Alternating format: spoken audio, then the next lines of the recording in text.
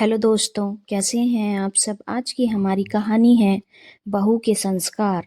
इंदु ने थके हारे कदमों से घर में प्रवेश किया तो देखा कि अम्मा जी और जेठानी बाहर बरामदे में ही बैठी हुई थी और दोनों की नजरें उसे ही घूर रही थी।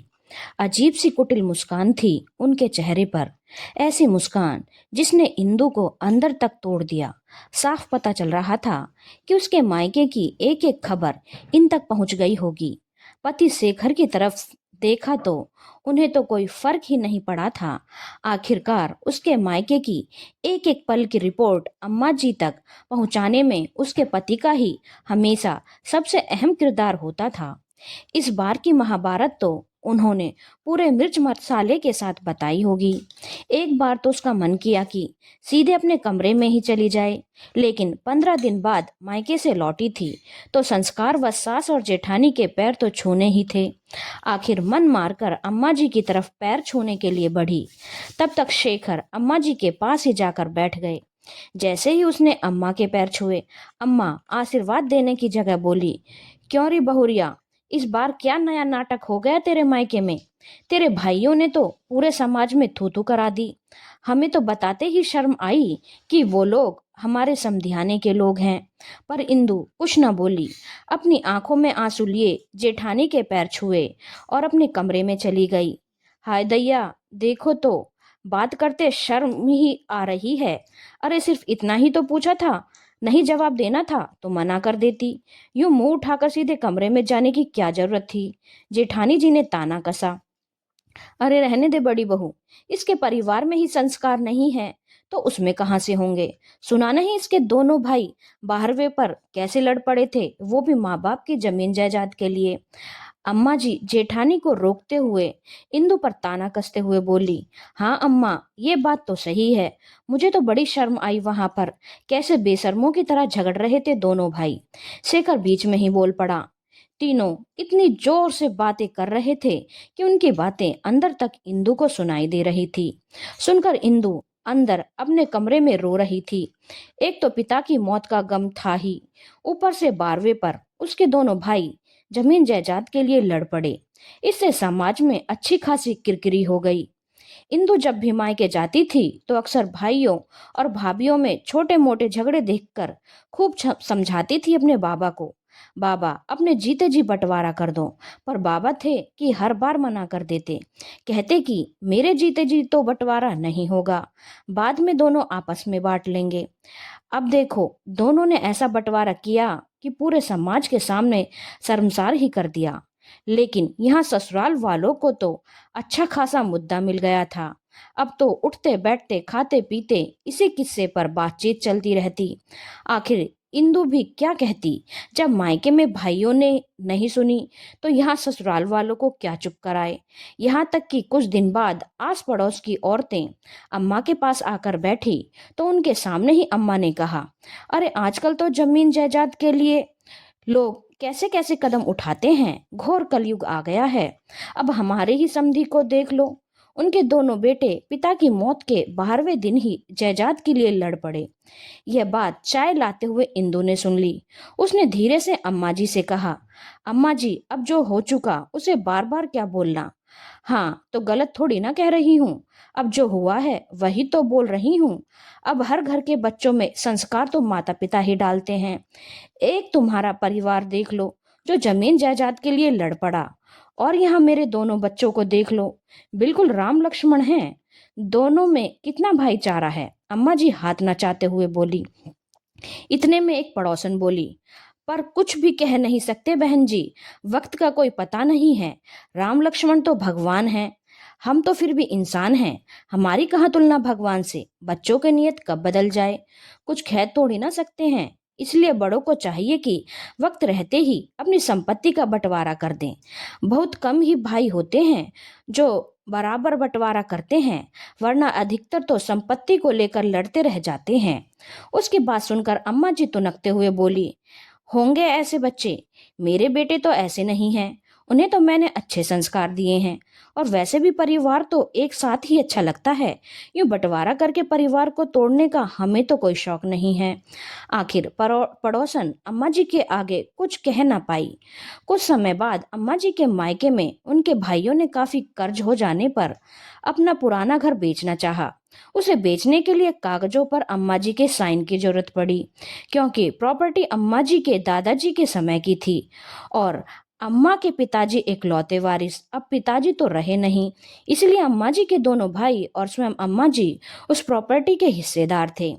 अम्मा जी को जिस दिन पेपर पर साइन करने जाना था, उस दिन शेखर और बड़े बेटे अमर दोनों ने अपने काम से छुट्टी कर रखी थी, क्योंकि दोनों को ही पक्का विश्वास था कि कर्ज उतारने के लिए प्रॉपर्टी बेची जा रही है, तो अम्मा जी को तो हक दिया ही जाएगा।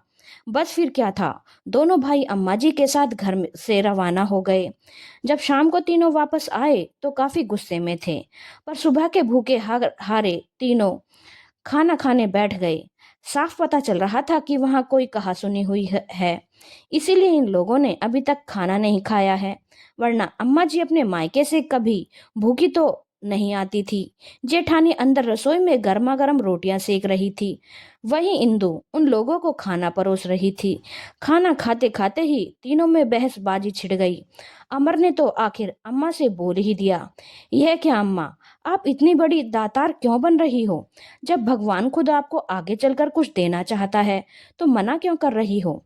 भला कोई घर आई लक्ष्मी को मना करता है क्या? उसकी बात सुनकर अम्मा बोली, अरे पर तू उन लोगों की स्थिति तो समझ। वो लोग कर्जे में हैं, तभी तो मकान बेच रहे हैं। अरे तो अम्मा, हम कब मना कर रहे हैं कर्ज चुकाने से?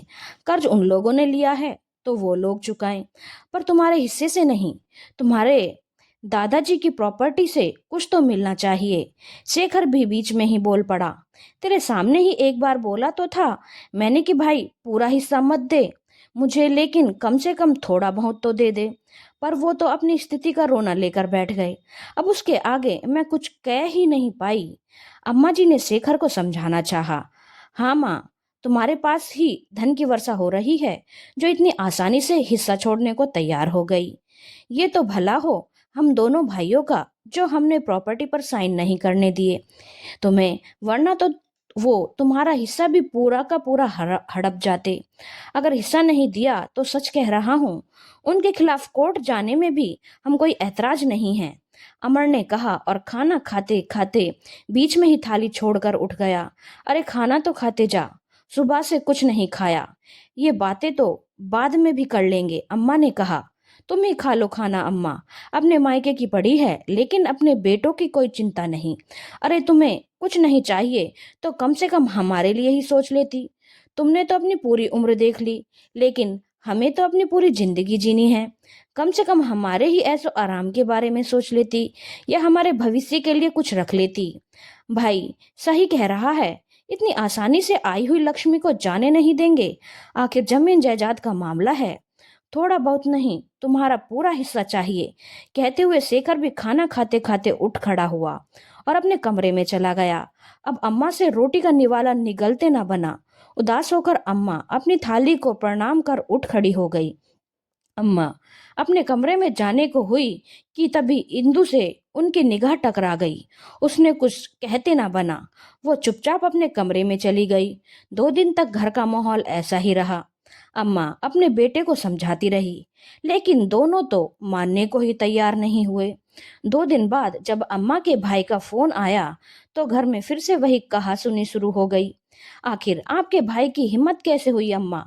आप ही के हिस्से में से आधा हिस्सा आपको देकर आप पर कोई एहसान नहीं कर रहे हैं क्या? वो लोग साफ साफ कहो उनसे कि आप पूरा हिस्सा लोगी, अमर ने कहा। हाँ अम्मा, अब तो कोर्ट केस होकर ही रहेगा। तुम्हारे हिस्से की एक फूटी कौड़ी ना छोड़े, वहां पर हम लोग देख लेना, अच्छे से सबक सिखाएंगे उन्हें। शेखर ने भी हाँ में हाँ मिलाते हुए कहा, अरे पर तुम दोनों समझो तो सही, वो लोग बहुत परेशान हैं, कैसे स्थिति से गुजर रहे हैं। भगवान का दिया हमारे पास तो सब कुछ है, फिर क्यों इतने से हिस्से के लिए लड़ रहे हो तुम लोग? अम्मा दोनों को समझाते हुए बोली, अम्मा तुझे कुछ भी बोलने की जरूरत नहीं है, हम खुद ही देख लेंगे कि हमें क्या करना है। तुम में ही इतनी अकल होती तो हमें यह दिन देखना नहीं पड़ता। शेखर ने चिल्लाकर कहा। आप अम्मा से कैसे बात कर रहे हो? अचानक इंदु बीच में बोल पड़ी। तुम तो चुप ही रहो। हम तो फिर भी अपने घर में इस तरह से बात कर रहे हैं। तुम्हारे भाइयों ने तुम्हारे पिता के 12वें में क्या किया था वो तुमने देखा था या नहीं? संस्कार तो तुम लोगों में नहीं है और हमारे बीच में बोल रही हो। इंदु को बीच में बोलता देखकर शेखर चिढ़कर बोला। आखिर कौन सा पति बर्दाश्त करेगा कि उसकी पत्नी इस तरह उसके परिवार के सामने उसे चुप रहने के लिए कहे? ऐसे में पत्नी को चुप कराने का सबसे अच्छा तरीका होता है उसके मायके पर जाकर तानाकसी कर दो। अपने आप ही चुप हो जाएगी। मेरे मायके में क्या हुआ मैं अच्छे से जानती हूँ। हम तो संस्कारी भी नहीं हैं, पर आप तो संस्कार वाले हैं। आप क्यों लड़ रहे हो? उस दिन मेरे भाइयों को देखकर आपको बड़ी शर्म आ रही थी। अब आज आप क्या कर रहे हो? मेरे भाई तो आपस में ही लड़े थे, पर तुम लोग तो जायदाद के लिए अपनी अम्मा तक से लड़ पड़े। इंदु ने कहा तो शेखर गुस्से से आग बबूला हो गया। इंदु पर हाथ उठाने के लिए वो आगे बढ़ा तो अम्मा ने उसे रोकते हुए इंदु से कहा। बहू, तुझे बीच में बोलने के लिए किसने कहा? तू अपने मायके में भी नहीं बोल रही थी ना, तो यहाँ पर भी मत बोल। सही कहा अम्मा जी, मैं तो अपने मायके में भी नहीं बोली थी। यहाँ तो बोलने का मुझे बिल्कुल भी हक नहीं है। पर अम्मा जी, एक सलाह जरूर दूंगी। मेरे भाई तो मेरे पिता के मरने के बाद 12वें दिन जायदाद के लिए लड़ पड़े थे, लेकिन आपके बेटों का तो कोई भरोसा नहीं। इसलिए अपने जाने से पहले खुद ही बंटवारा कर जाना। जमीन जायदाद है ही ऐसी चीज जो अच्छे अच्छों के संस्कारों को धराशायी कर देते हैं। कहकर इंदु अपने कमरे में अंदर चली गई। लेकिन इंदु के मुंह से कड़वी सच्चाई सुनकर अम्मा जी सोचने पर मजबूर हो गई। आखिर सही ही तो कह रही थी वो। लेकिन अम्मा जी की आखिर चली भी कहाँ। ना तो अम्मा जी ने कभी अपने जीते जी जमीन जायदाद का बंटवारा किया और ना ही अपने मायके में अपना हिस्सा छोड़ा।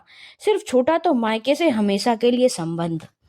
धन्यवाद दोस्तों। अगर आपको कहानी अच्छी लगी हो तो चैनल को लाइक, शेयर और सब्सक्राइब करना ना भूलें।